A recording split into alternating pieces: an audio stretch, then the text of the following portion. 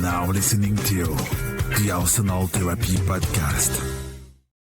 Hello and welcome back to the Arsenal Therapy Podcast. Today we're going to talk about Jurrien Timber. He has reached a whole other level of consistency. He is in the elite category of footballers. He's someone whose performances are well above the baseline of your average 7 out of 10. He is performing at an 8 and 9 level every single game. It's got to the point that we just expect it from him. It's been so long since he had a game where he was below par that we don't know what a bad Jurrien Timber game looks like. That is a crazy thing to say, given the volume of games he's played and the fact that he came back from an ACL injury at the beginning of last season and has now just returned from surgery.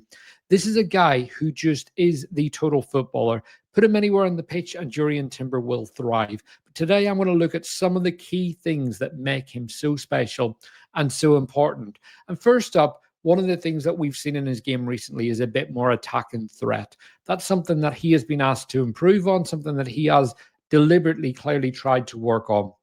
We saw last night he created a big chance for Victor Gyokeres, and this one I've highlighted him on the right-hand side of the pitch. You can see Calafiori brings the ball in, and Timber is on that right-hand side, and you can see Gyokeres. He is in the center, right between the posts, edge of the box, ready to make that run into a danger area. And when the ball comes out to Declan Rice, he gets it straight out to Jurrien Timber. And interestingly, I think the ball could have gone to Timber quicker. But when he puts that ball in, it's on a sixpence, exactly where Victor Gyokeres would have wanted that ball. And one of those where he should have scored. Let's be completely honest here. Victor Gyokeres absolutely should be putting the ball in the back of the net. But you look at Timber's position and you look where he gets the ball. You look at the distance of the defender away from him.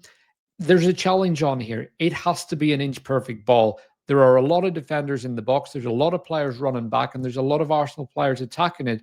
But what's interesting here, along with Jurrien Timber, is the position Gyokeres takes up. Very similar to his goal against Nottingham Forest, where he literally attacked the space between the posts. He took that kind of killer instinct, centre forward, old school, attack the box, get on the edge of the six and put it in the back of the net.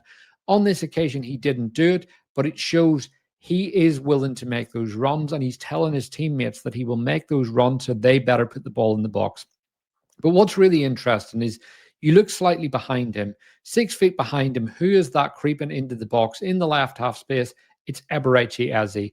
He's another player that was doing that repeatedly against Athletic Club. And despite the narrative that he was glued to the touchline, actually spent a lot of his game in that space. But the reason that's important is because someone like Jurrien Timber on the right knows that there's a player in the box to aim for, and they know they can get, if they get their cross right, there's a centre forward ready to attack it, but there's also a player following up at the back post ready to tap it in if that ball breaks loose. And crossing is something that I think Jurrien Timber has rightly been criticised for. It hasn't been one of his strong points. I feel that he can overhit the ball at times. He can put it right into the middle of the air. He can underhit it. It gets cut out too early. And for a player that's so technically sound, it's been a strange thing to see him not being able to cross a ball to the standard. But we've seen Gabriel Ente come into the club, and a big focus of his work appears to be improving the crossing of certain players. Miles Lewis-Skelly is said to be working on that, and I would say there's a very good chance that Jurrien Timber is also doing that. But alongside that, he was heavily involved in the chance for Eberechi Eze. This was a lovely piece of play. Just going to rewind a second here. Ball comes into him, and Gabriel goes out into Jurrien Timber. But what you can see here is right as the move's starting to begin, Gyokeres is making that move towards him. The easy pass is to just play it straight down the line to Madueke, get him and keep that ball recycling, keep it moving. But Timber sees the run of Gyokeres, plays it straight across the middle of the pitch, completely disrupts the athletic shape and gets players moving in different directions. And since Saliba's gone out of the team, we've lost a big ball progressor. Mascara's done a very good job, but Jurrien Timber has really taken on that mantle. And what you see from him is a lot of his passes are going forward, they're going diagonal, and they're going into areas where the opposition don't want to go. They don't like defending, and that's something that William Saliba is very good at, and it's often overlooked. But you can see this move play out. Gyokeres pops it back. It goes across the pitch, ends up at Eze. He dribbles, beats a man into Zubimendi, who gets it across the pitch. But whenever it gets to Madueke, you can see where Timber is. He's kept progressing up the pitch. And we want to see our fullbacks attack, but a big focus of that has been on the overlap. But what you've seen in recent weeks is Jurrien Timber on the underlap. And Madueke is a player that really likes to be isolated. He loves being isolated 1v1 with his winger. He really thrives on the touchline. And I've talked before on the show about people talking about players being too isolated. Some wingers really love this. Adrian Clark once said to me that whenever he was playing, sometimes a fullback overlapping was a bit of a distraction. But when you look at players like Jurrien Timber, them coming inside with a winger like Madueke, who really thrives in big spaces and getting at his man 1v1, having that winger go inside creates a decoy run. And that's exactly what we've got here. On this occasion, Madueke ends up losing it, but Timber picks it back up. And you can see Timber going out. It's that real ruthlessness, that threat that he's got. He gets there. Madueke goes out to support him. Timber gets the ball, wins it back, and next minute, Madueke's in, pulls it back to Eberechieze, and you can see as the ball leaves Madueke's foot, Eze is the favourite to put that ball in the back of the net. He's not fully switched on. He was a yard short, and the defender's getting in to cut it out. But a big part of this move was heavily reliant on Jurrien Timber. From that first pass into Gyokeres that allowed him to come deep to disrupt the athletic shape, to then get that ball across the pitch, to create the space for Eze to run into, and so on, down to Timber winning it on the line. It's this kind of aggression that he's got in his game, not just from a defensive standpoint, but he's got a punchy attacking aggression as well that I really love. And a big part of Timber's game is just focus, anticipation, and being switched on all the time. And you can see that wherever he is on the pitch, he is always focused. On this occasion, it's a prime example of that anticipation against Forest. You see the ball come in, pass from Murillo, Timber switched on, and he jumps in ahead of his man, and he carries it up the pitch. And this is what I mean about that attacking into anticipation, that aggressiveness. And that ball quickly went from an interception into Mikel Merino and out to Madueke to run at his man. But that's something that we see from Timber repeatedly. He's always switched on, he's always focused, and he's always ready to go. But his carrying is something that's vastly underrated. This is another example of it. Mascara gives him the ball, runs straight into the heart of the Forest team, and he gets that ball out to Zubimendi, who's running. And because Timber can play on both feet, it makes him such a valuable carrier through the middle of the park. He's got a low center of gravity. He's very, very stocky. He's strong shoulders, but really strong legs.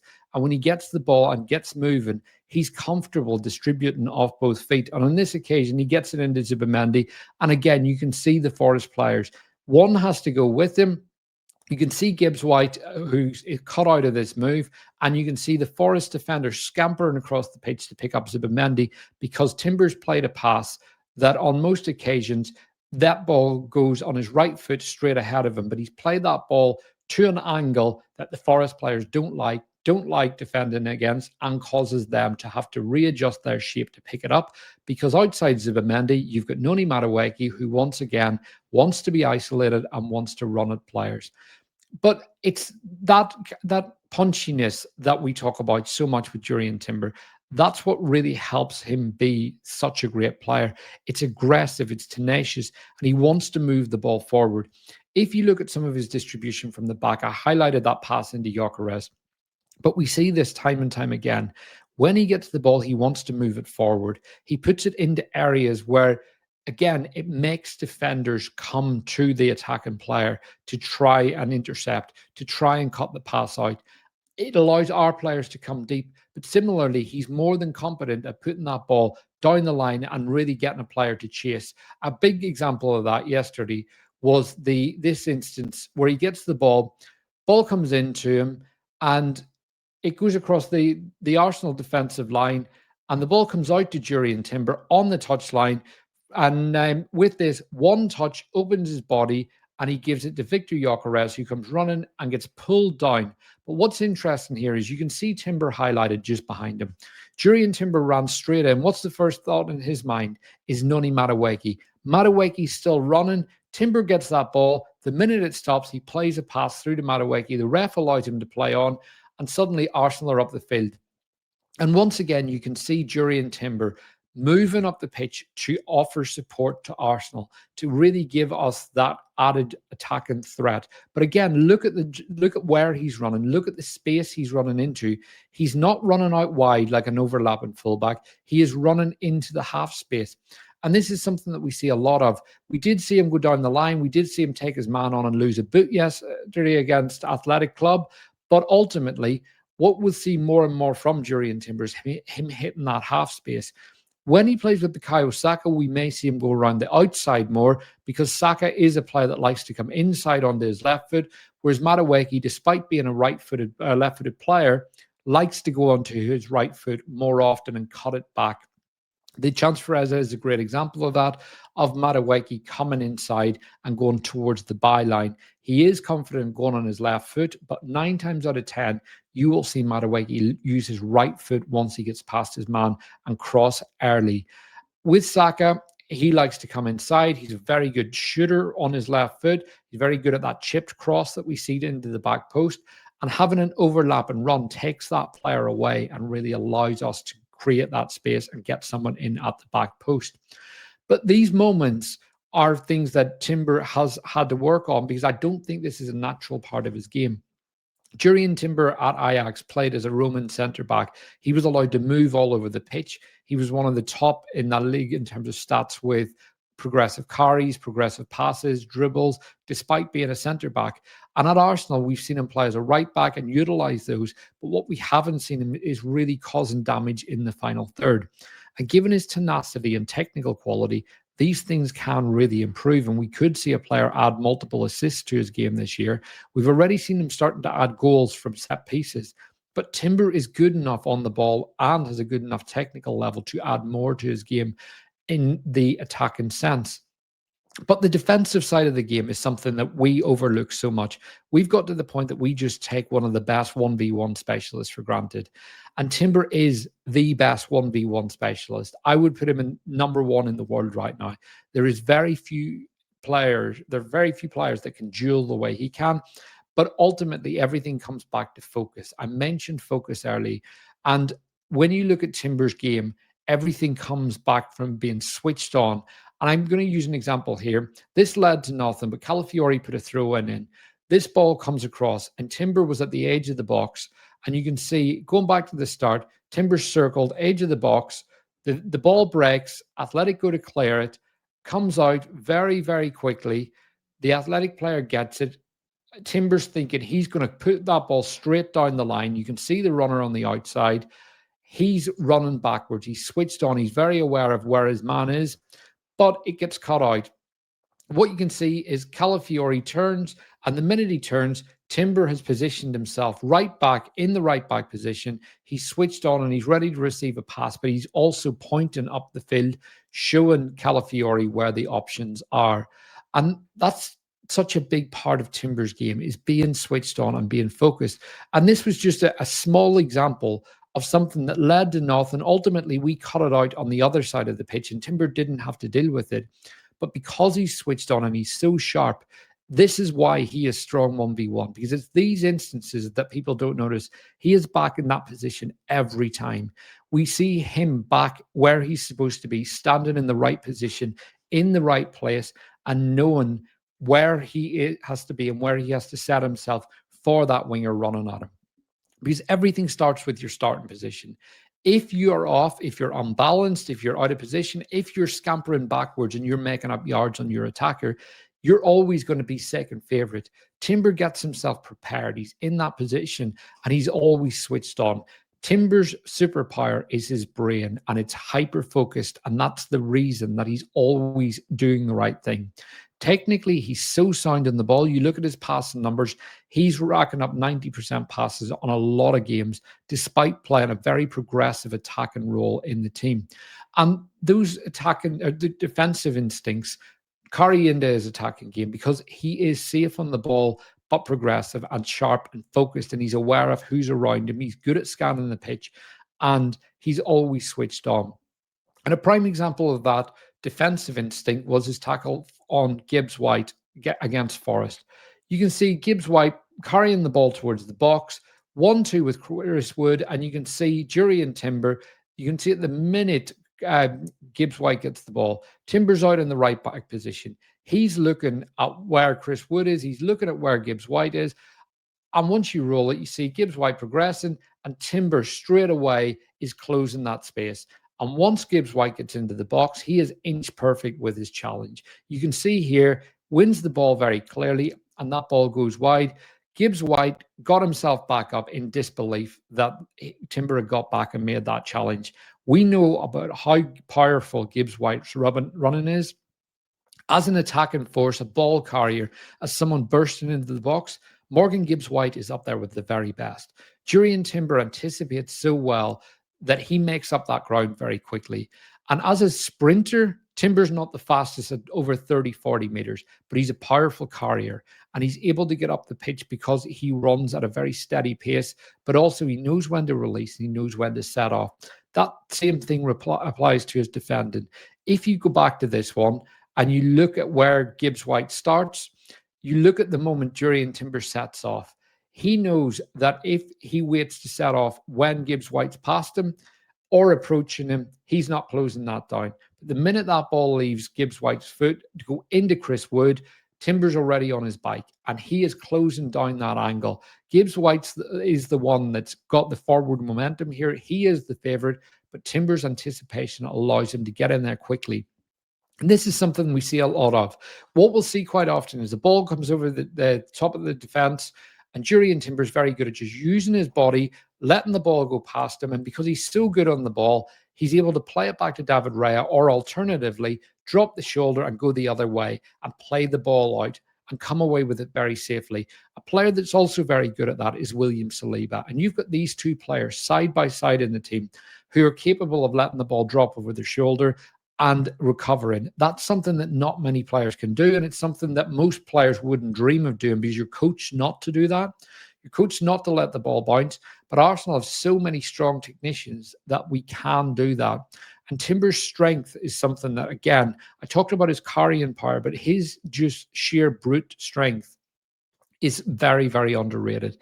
And when he's standing up as man, he gets himself down low, he gets his legs very well set. And that means that when you beat him, you push the ball past him, suddenly you've got this big surface area to get round. And that makes it incredibly difficult to stop Jurrien Timber and get past him. You'll not see the ball going through his legs very often. You'll not see him beaten on the outside and run past because, again, he's smart, he's sharp, he's strong, and he's got the ability to make that nasty foul as well and just pull someone down, trip them up, and take the foul, but he knows where to do it. Again, Timber's a player that you don't often hear. He's given away a free kick in a dangerous area. He's given away a stupid free kick. 9 times out of 10 when Jurrien Timber gives away a foul, you're saying good foul. Take the yellow if needed.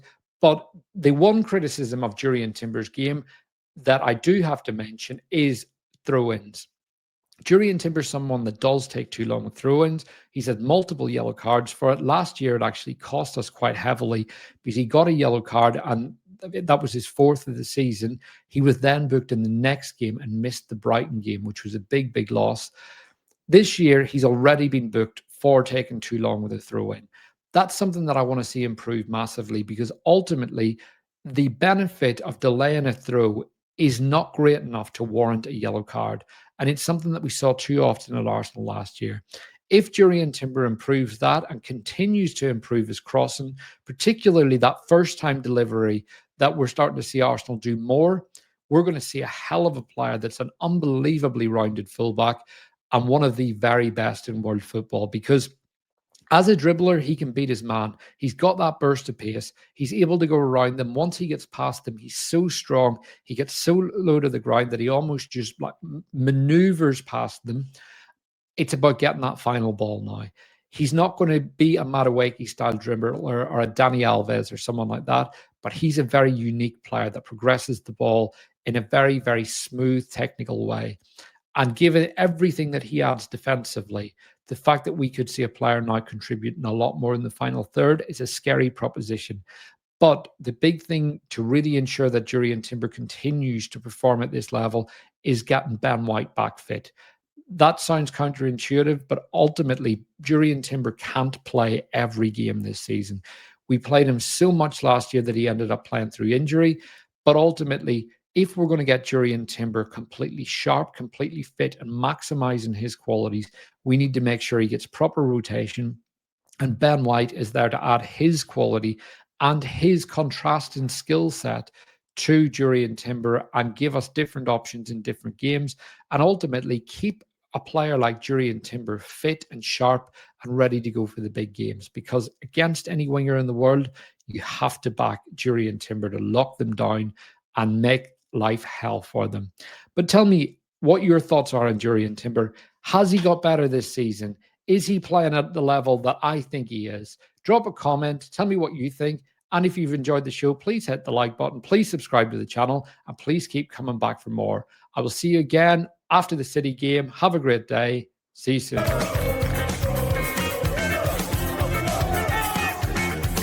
You're now listening to the Arsenal Therapy Podcast.